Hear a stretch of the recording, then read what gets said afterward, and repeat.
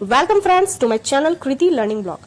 दोस्तों, आज की इस वीडियो में मैं आप लोगों के साथ इस बार के एसएससी सीजीएल में मेरा जो एक्सपीरियंस रहा, जो मिस्टेक मैंने की, वो आप लोगों से मैं शेयर करूंगी। और ये स्पेशली वीडियो मैं इसलिए बना रही हूँ ताकि खास करके जो बच्चे आने वाले समय में अपना कोई भी कंपटीशन एग्जाम हो जो कि पहली बार देने वाले हो, उनके लिए ये वीडियो खास करके बहुत ही हेल्पफुल रहेगा। क्योंकि देखिए, ये भी मेरा भी पहला ही अटेम्प्ट था जिसकी वजह से मैंने कुछ मिस्टेक्स की, कुछ सिली मिस्टेक्स आप कह सकते हैं। आप जब मेरे एक्सपीरियंस को सुनेंगे तो हो सकता है जो लोग बहुत बार एग्जाम दे चुके हैं उन्हें लगेगा कि ये बिल्कुल भी सिली मिस्टेक है, लेकिन मैं अपने एक्सपीरियंस को शेयर करना चाहती हूँ ताकि जो पहली बार जो भी एग्जाम देंगे उनके लिए बहुत ही अच्छा रहेगा अगर ये मिस्टेक से वो लोग सीख ले। क्योंकि दोस्तों, मैं सच बता रही हूँ, एक्चुअल में मैं उस दिन को याद ही नहीं करना चाहती क्योंकि ऐसा मिस्टेक मैंने कर दिया जो कि मतलब बहुत ही सिली ही था। मतलब आंसर आते हुए भी मैंने वो टच नहीं किया। इंग्लिश का सेक्शन में बता दे रही हूँ, जिसकी वजह से मुझे अभी वो दिन याद करने का इच्छा नहीं करता है। क्योंकि खास करके दोस्तों देखिए, अगर आप क्वेश्चन नहीं आता हो, नहीं अटेम्प्ट किए, ये बात अलग हो गई कि चलो मुझे आता ही नहीं था, लेकिन अगर आपको आए और फिर भी आपसे छूट जाए टाइम की वजह से या किसी भी वजह से, तो बहुत ही तकलीफ होती है, बहुत बुरा लगता है। तो इसी चीज को मैं आप लोगों के साथ आज शेयर करूंगी, डिस्कस करूंगी। उससे मैं आप लोगों को समझाने की कोशिश करूंगी, खास करके उन्हीं लोगों को जो लोग पहली बार अटेम्प्ट, तो जो लोग एक से ज्यादा बार दे चुके होते हैं एग्जाम, उनको तो एक्सपीरियंस हो ही जाता है कि कौन सी मिस्टेक्स हमें नहीं करनी चाहिए।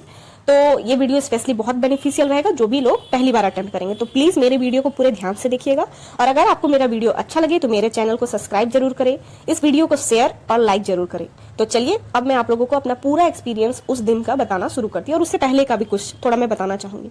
तो दोस्तों, एक्चुअली मेरे पास उतना टाइम नहीं होता है एग्जाम की प्रिपरेशन के लिए, नहीं था उतना टाइम, क्योंकि मतलब मैं मैरिड हूँ तो मुझे उतना टाइम नहीं मिल पाता है। मेरी एक छोटी सी बेबी भी है, तो मैंने कंप्लीट 2 महीना ही अच्छे से तैयारी कर पाई, ठीक है।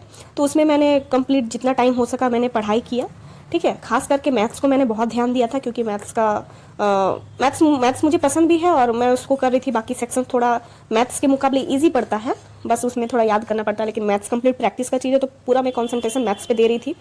मतलब 1 महीना मैंने बाकी सब्जेक्ट्स किया, बाकी 3 सब्जेक्ट्स, और 1 महीना मैंने मैथ्स को दिया। तो हुआ क्या, मैंने लास्ट 5 डेज जो होता है एग्जाम से पहले, मेरा जो एग्जाम का डेट है वो 24 तारीख को पड़ा था। लास्ट डेट जो है 13 अगस्त से 24 अगस्त तक हुआ था एसएससी सीजीएल का एग्जाम, जिसमें से 24 तारीख मेरा 24 को डेट पड़ा था, ठीक है। 24 अगस्त को 3rd शिफ्ट में मेरा पड़ा था। तो हुआ क्या, मैंने प्लान किया था कि एग्जाम से 5 दिन पहले मैं और कुछ भी नहीं पढ़ूंगी, मैं बस जो भी है मेरा उसको मॉक टेस्ट दूंगी, ताकि मेरा एक टाइम का ध्यान आ जाए कि हाँ कैसे कैसे बैलेंस करना है, मतलब थोड़ा सा एक प्रैक्टिस हो जाए एग्जाम के लिए, ठीक है। बहुत सारी चीज़ें मैंने सोची थी, लेकिन एक्चुअल होता क्या है, जो आप सोचते हैं वो तो कभी होता ही नहीं, ठीक है। यही है सबसे बड़ी बात। तो हुआ क्या, इसी प्रकार हुआ कि मैंने ऐसा सोचा था, लेकिन फिर मेरे माइंड में ये भी प्रेशर था कि मेरा मैथ का भी कुछ चैप्टर्स का फॉर्मूला मुझे याद नहीं था, तो मेरे माइंड में प्रेशर था कि चलो फॉर्मूलाज याद कर लेती हूँ। इस चक्कर में मतलब बहुत तरीके की चीज़ें, चलो इसको रिवीजन कर लेती हूँ, चलो उसको रिवीजन कर लेती हूँ। इस चक्कर में, बहुत सारा के चक्कर में क्या हुआ, मैं एक भी मॉक टेस्ट नहीं दे पाई। ये बहुत बड़ा मिस्टेक है दोस्तों, ये मैं आप लोगों से बता देना चाहूंगी। मॉक टेस्ट किसी भी एग्जाम का जरूर दीजिएगा। आजकल फ्री मॉक टेस्ट आपको गूगल में अवेलेबल होते हैं बहुत सारे वेबसाइट्स के द्वारा, तो आप प्लीज उसको दीजिएगा किसी भी कॉम्पिटिटिव एग्जाम से पहले, ठीक है। आपको वो क्वेश्चन आए चाहे नहीं, लेकिन आपको एक आइडिया जरूर हो जाएगा कि आपसे क्या मिस्टेक हो रही है या क्या हो सकती है, किस चीज को बैलेंस करना है ताकि आपका एग्जाम बेहतर जाए, ठीक है। तो मैं ऑनेस्टली कहना चाहूंगी कि मैं एक एवरेज स्टूडेंट हूँ, ना ही बहुत अच्छी ना ही बहुत बुरी, ठीक है। मैं एक एवरेज स्टूडेंट हूँ, तो मेरा कैपेसिटी था कि कम से कम मैं 60 क्वेश्चन करके आऊँ, लेकिन ऐसा हो नहीं पाया। वो भी मैं आगे आप लोगों को बताऊंगी कि क्यों नहीं हो पाया, ठीक है। तो ऐसा रहा, ठीक है। तो उस चक्कर में मैंने जैसा कि बताया, रिवीजन के प्रेशर के चक्कर में मेरा मतलब प्रेशर बहुत ज़्यादा हो गया था कि पता नहीं कैसा जाएगा एग्जाम, पता नहीं ऐसा वैसा करके बहुत सारी चीज़ें सोच के मेरा मतलब प्रेशर की वजह से मैं मॉक टेस्ट नहीं दे पाई, और वही मेरे लिए सबसे बड़ा प्रॉब्लम बन गया, ठीक है। वीक पॉइंट मेरा बन गया, और ये सब प्रेशर की वजह से मैं, जैसा कि बताया मैंने, कि मॉक टेस्ट में नहीं दे पाई उसको। बस जो भी पढ़ा था फिर मैंने माइंड में ले लिया कि ठीक है छोड़ो, मॉक टेस्ट नहीं देती हूँ, और जितना हो सके जो भी मैंने पढ़ा है उसको कम से कम मैं रिवीजन कर लेती हूँ, ठीक है। तो इसी चक्कर में मैंने रिवीजन किया, और वही मेरी सबसे बड़ी भूल थी। रिवीजन तो ठीक है, बट मॉक टेस्ट मुझे कम से कम एक देना चाहिए था ताकि मुझे टाइम का पता चल सके कि कैसे बैलेंस करना है, लेकिन वो मेरा छूट गया, ठीक है। तो ये पहला मैं आप लोगों को सजेस्ट करूँ कि मॉक टेस्ट कम से कम 2-3 कुछ तो दीजिए ताकि आपको कुछ आइडिया हो जाए, ठीक है। ये पहला मेरा सजेशन रहेगा। अब क्या हुआ, जब एग्जाम का डेट आया तो फिर भी मेरे दिमाग में यही था कि मुझे कम से कम फॉर्मूला सब देख लेना है, क्योंकि कम से कम फॉर्मूला याद रहेगा तो हो सकता है मैं, मतलब मेरा माइंड क्या हो गया था, कंप्लीट मैथ पे ही मैं डूब गई थी। जीके वगैरह मैंने रिवीजन किया था और मैथ पे ही ज़्यादा फोकस हो गया। अब क्या हुआ, अब जिस दिन जाने की बारी आई तो मुझे कार उतना पसंद नहीं है, क्योंकि उसकी स्मेल से मुझे थोड़ा हेडेक होता है, ठीक है। सबका अलग अलग बॉडी रिएक्शन है, ठीक है। तो बस मुझे उससे थोड़ा बेहतर लगता है, लेकिन कार मुझे उतना पसंद नहीं है। तो जाने समय क्योंकि बस लेट कर रही थी तो मुझे कार से ही जाना पड़ा, क्योंकि टाइम पे पहुंचना था। रांची डेस्टिनेशन दे दिया था, ठीक है, झारखंड के अंदर, तो रांची में ही दे देता है, टुप्पूदाना में। तो वहाँ जाने के लिए, जल्दी पहुँचने के लिए, टाइम पे पहुँचने के लिए मैं लगभग 9 बजे के वहाँ से निकली, ताकि क्योंकि ज़्यादा जल्दी भी जाके लाभ नहीं है, तो 9 बजे के लगभग में बस थोड़ा लेट आ रही थी, तो मैंने कार ले लिया। तो कार में मैंने सोचा नहीं था कि ऐसा भी प्रॉब्लम होगा, मुझे इतना भी ज़्यादा हेडेक हो जाएगा। तो एक्चुअली में कार में मेरा पूरा हेडेक स्टार्ट हो गया उसकी स्मेल की वजह से, वॉमिटिंग भी हुई रास्ते में। उसके बाद फिर वो हेडेक चलता रहा, फिर जाके वहाँ जाके एग्जाम सेंटर पहुँचे। ठीक है, एग्जाम सेंटर पहुँचने के बाद मतलब 1 घंटा पहले मैं एग्जाम सेंटर पहुँच गई थी। तो वहाँ पे भी मैं मतलब ऐसा हो गया था मेरा माइंड कि बस रिवीजन ही किए जा रही थी। ठीक है, उसके बाद फिर मतलब अल्टीमेटली मुझे माइंड में लगा कि नहीं, ज़्यादा ये सब करना ठीक बात नहीं है, वरना मतलब ज़्यादा प्रेशर होने से क्या होता है, हेडेक होगा, हेडेक के बाद आप एग्जाम के समय में कॉन्सेंट्रेट नहीं कर पाइएगा, प्रॉब्लम होगा। तो फिर अल्टीमेटली मैंने बोला कि जो है होगा, अब मैं और नहीं पढ़ूंगी, माइंड को थोड़ा फ्रेश कर लेती हूँ एग्जाम से पहले, ताकि एग्जाम मेरा अच्छा जाए। ठीक है, ऐसा मैंने सोचा, लेकिन हेडेक इतना हो चुका था कि मतलब उसको रिलीव पाने में काफ़ी टाइम लग रहा था। ठीक है, तो उसके बाद फिर अल्टीमेटली एग्जाम का टाइम हो गया, एंट्री का टाइम हो गया। ठीक है, 1:30 बजे मैंने एंट्री ले ली, एग्जाम हॉल के अंदर एंट्री लिया, बहुत सारे जो होते हैं बायोमेट्रिक वगैरह वो सब हुए। फिर मैं पहुंची सेंटर जहाँ पे मेरा सीट था, वहाँ पे मैं बैठ गई। अब टाइम था वहाँ पे 1 घंटा का, तो इतना मेरा हेडेक ही हो रहा था कि मैं थोड़ा देर वहाँ पे माइंड को काम डाउन करने के लिए वहाँ पे थोड़ा सा मतलब हेड डाउन करके थोड़ा रेस्ट लेने लगी, सोने लगी। ठीक है, ताकि मतलब माइंड कम से कम शांत हो पाए। तो वो किया मैंने, उसके बाद एग्जाम शुरू हो गया। तो ये भी मेरा दूसरा मिस्टेक था कि काम डाउन करने के चक्कर में मैं अपने माइंड को सेट करना भूल गई। आप दोस्तों, मैं इसमें दूसरा सजेशन देना चाहूंगी आप सभी को कि एग्जाम से कम 10 मिनट पहले माइंड को सेट कीजिए कि आपको एक्चुअल में करना क्या है एग्जाम में, ताकि एग्जाम सही जाए।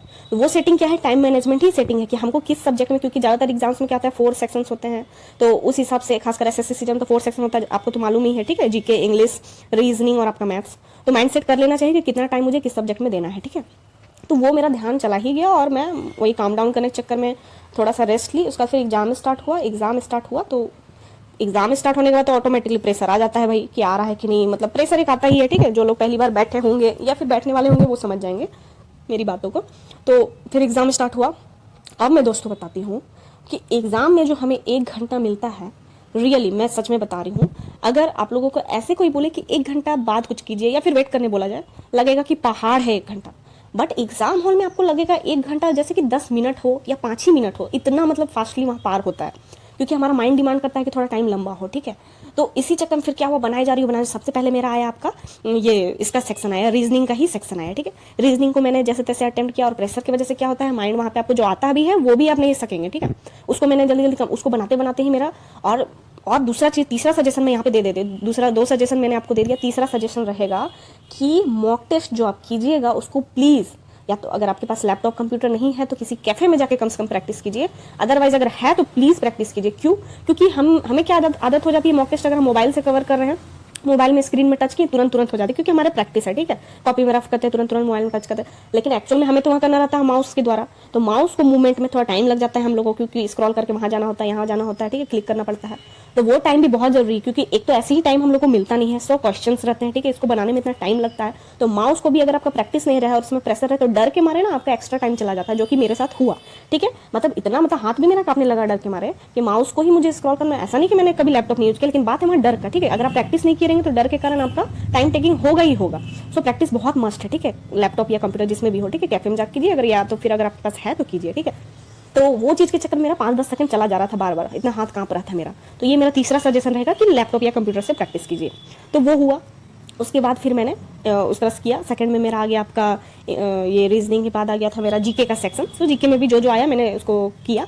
उसके बाद तीसरे में ही आ गया मेरा मैथ। अब हुआ क्या, एक्चुअल में मेरे माइंड में सेट करके रखा था मैंने कि मैथ को मुझे लास्ट में करना है, मैथ को मुझे लास्ट में करना है। ये मेरे माइंड में मैंने पहले से बिठाया हुआ था, क्योंकि मैथ टाइम टेकिंग होता है लास्ट में। तो हुआ कि यही चीज़ मेरे पे बहुत ज़्यादा भारी पड़ गया, क्योंकि इतना मैंने बिठा लिया था माइंड पे कि मैथ को मुझे लास्ट में करना है, कि जब 3rd नंबर पे ही मैथ आ गया तो मैं मैथ बनाने में व्यस्त हो गई। ठीक है, क्वेश्चन ज़्यादा हार्ड नहीं थे, लेकिन वहाँ एक्चुअल में होता क्या है कि प्रेशर से जो आपको आता है वो भी आप भूल जाइएगा, अगर आपका प्रैक्टिस अच्छा ना हो, एक्सपीरियंस ना हो, अगर आपका डर ना जाए मन का। ठीक है, तो उसी को बनाने में मेरा टाइम चला गया। अब मेरा ध्यान में रहा कि यही शायद लास्ट, मतलब एकदम माइंड से मेरा निकल ही गया कि मेरा और एक सेक्शन बचा हुआ है, तो उसी को मैं कंप्लीट कॉन्सेंट्रेट कर गई बनाने में। अब कंप्लीट मेरा ध्यान ही हट गया। अब जैसे मैंने 25वां क्वेश्चन मैथ का खत्म किया, एक न्यू क्वेश्चन आया। मैंने सोचा न्यू क्वेश्चन भाई कहाँ से आ गया, देख रही हूँ, मतलब इतना माइंड मेरा सीज हो चुका था कि वहाँ मेरा कुछ माइंड काम ही नहीं कर रहा था प्रेशर और डर के कारण। जब देख रही हूँ मैं इंग्लिश का, अब जब लास्ट सिर्फ 1 मिनट बचा है, तब मेरा ध्यान पड़ा कि ये पूरा इंग्लिश का सेक्शन अभी तक मैंने छुआ ही नहीं। अब सिर्फ इंग्लिश का 2 क्वेश्चन, पहला एक ईडीएम का क्वेश्चन आया था उसको मैंने टच किया, और दूसरा एक ये क्या बोलते हैं स्पेलिंग मिस्टेक का क्वेश्चन आया था उसको मैंने अटेम्प्ट किया, और मेरा टाइम्स अप हो गया।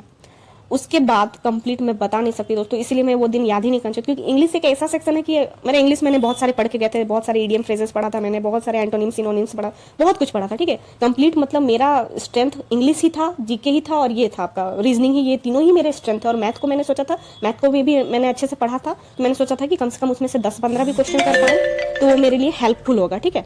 तो लेकिन उस चक्कर में क्या हुआ, जो चीज़ मेरा स्ट्रॉन्ग सेक्शन था, जिससे मैं कम से कम 20 मिनिमम क्वेश्चन तो कर ही लेती, ठीक है, विद फुल श्योरिटी के साथ, वही चीज़ मेरा छूट गया। उसके बाद आप सोच ही सकते हैं कि कैसा फील होगा, क्योंकि जो चीज़ अगर आपको आता हो और वो अगर आपका छूट जाए, और खासकर ऐसे नॉर्मल एग्जाम रहे तो भी बात अलग है, ये कॉम्पिटिटिव एग्जाम एक जॉब के लिए जिसके लिए आप बहुत दिन से इंतजार कर रहे हो, अभी के कॉम्पिटिटिव समय में वर्ल्ड में आपको तो मालूम ही है जॉब कितना इंपॉर्टेंट है। तो बहुत तकलीफ हुआ मुझे, बहुत मतलब ऐसा लग रहा था, सॉरी मैं ऐसा बोलना चाहूँगी, मतलब बहुत बुरा लगा मुझे, क्या बोलूँ, मुझे ऐसा लग रहा था कि और मैं एग्जाम हॉल से निकलूँ ही नहीं, क्योंकि मेरे फैमिली बाहर वेट कर रही थी, मैं उन्हें क्या जवाब देती कि कैसा क्या एग्जाम, क्योंकि उन्हें मुझ पर ट्रस्ट था कि मैं अच्छा कर लूँगी। तो वही 3 सेक्शन जोड़ के मैं टोटल 40 ही मैंने अटैम्प्ट किया। घर आके मैंने चेक किया तो शायद 1-2 गलत चला गया, प्रेशर की वजह से गलत भी चला गया, ठीक है। तो 40 मैंने अटैम्प्ट किया, और अगर मैं इंग्लिश टच करती तो पक्का मेरा 60 अटैम्प्ट तो जाता ही जाता, जो कि कम से कम उम्मीद रहता कि चलो अच्छा मैंने एग्जाम दिया। लेकिन आते हुए भी मैंने अच्छा नहीं दिया, ये मुझे बहुत तकलीफ हुआ। अभी भी मैं याद करती हूँ, मुझे लगता है बुरा सपना जैसा कि मैंने ऐसा मिस्टेक कैसे किया, बट ऐसा होता है, ये मैंने एक्सपीरियंस किया। तो यही चीज़ मैं चाही कि किसी और बच्चे के साथ हो, क्योंकि बहुत अफसोस होता है, लिटरली मैं बता रही हूँ, बहुत अफसोस होता है अगर आपको कोई चीज़ आ रही हो और आप वो नहीं कर पाएँ, तो बहुत तकलीफ होता है, बहुत अफसोस होता है, जो कि हुआ मेरे साथ। उसके बाद फिर मैं एग्जाम हॉल से निकली, मैंने बोला कि ऐसा ऐसा हुआ, लेकिन मेरे फैमिली बहुत ही सपोर्टिव है, उन्होंने मुझे कुछ नहीं कहा, मेरे हस्बैंड ने भी मुझे कुछ वैसा नहीं कहा, उन्होंने उल्टा मुझे इंस्पायर ही किया। उन्होंने फिर मुझे कहा कि कोई बात नहीं, जितना भी एग्जाम हो एग्जाम देने नहीं छोड़ना, ये एक्सपीरियंस की भी बात होती है, तो एग्जाम देने नहीं छोड़ना, कम से कम डर हटेगा। तो ये मुझे अच्छा लगा सुन के। उसके बाद फिर मैंने सोचा उस समय कि और मैं ये याद ही नहीं करूँ कि मैंने कोई एग्जाम दिया है, क्योंकि मुझे बहुत तकलीफ हो रहा था, सच बता रही हूँ, कि मैंने आते हुए भी मैंने एग्जाम को इस तरह से मिस कर दिया। सो मैं यही बोलूँगी, जो मैंने सजेशंस दिए इनको ध्यान में रखिएगा, तो आगे आपके लिए बहुत हेल्पफुल होगा, खासकर उनके लिए जो कि पहली बार देंगे, ठीक है। तो ये एक सिली मिस्टेक था, क्योंकि सिली मिस्टेक ही कहेंगे, क्योंकि आप ये हमेशा माइंड में रखिएगा कि जो चीज़ आपको पहला आता है, वो मैं लास्ट सजेशन दूंगी, जो चीज़ मतलब अच्छे से आपको आता है उसी को पहले अटेम्प्ट कीजिए। क्योंकि बाई चांस मान लीजिए सेकंड में भी आपका मैथ आ गया, तो मैथ को आप जंप ही कर दीजिए, ठीक है। जंप करके आप अगले सेक्शन में चले, जंप का ऑप्शन तुम्हारा आता है, स्क्रॉल करके मतलब अगले क्वेश्चन को, हमें मालूम है कि 1 से 25 तक कोई भी क्वेश्चन 25-25 करके भाग रहता है, तो उस हिसाब से जो भी सेक्शन में अगर आपका मैथ है, जिसका मैथ स्ट्रॉन्ग बहुत अच्छी बात है, जो अगर जल्दी कर पाए, अदरवाइज जो भी सेक्शन आपका स्ट्रॉन्ग है उसको ही आप जंप करके पहले कीजिए, भले 5 सेकंड ही जाए आपका जंप करने में, कोई बात नहीं है, लेकिन उसको पहले टच कीजिए, क्योंकि यहाँ मार्क्स सबसे इंपॉर्टेंट है, विथ एक्यूरेसी, यानी आपको मिस्टेक नहीं होना चाहिए। जो चीज़ आपको आता है उसी को अटेम्प्ट कीजिए, उसके अलावा नहीं अटेम्प्ट कीजिए, ठीक है।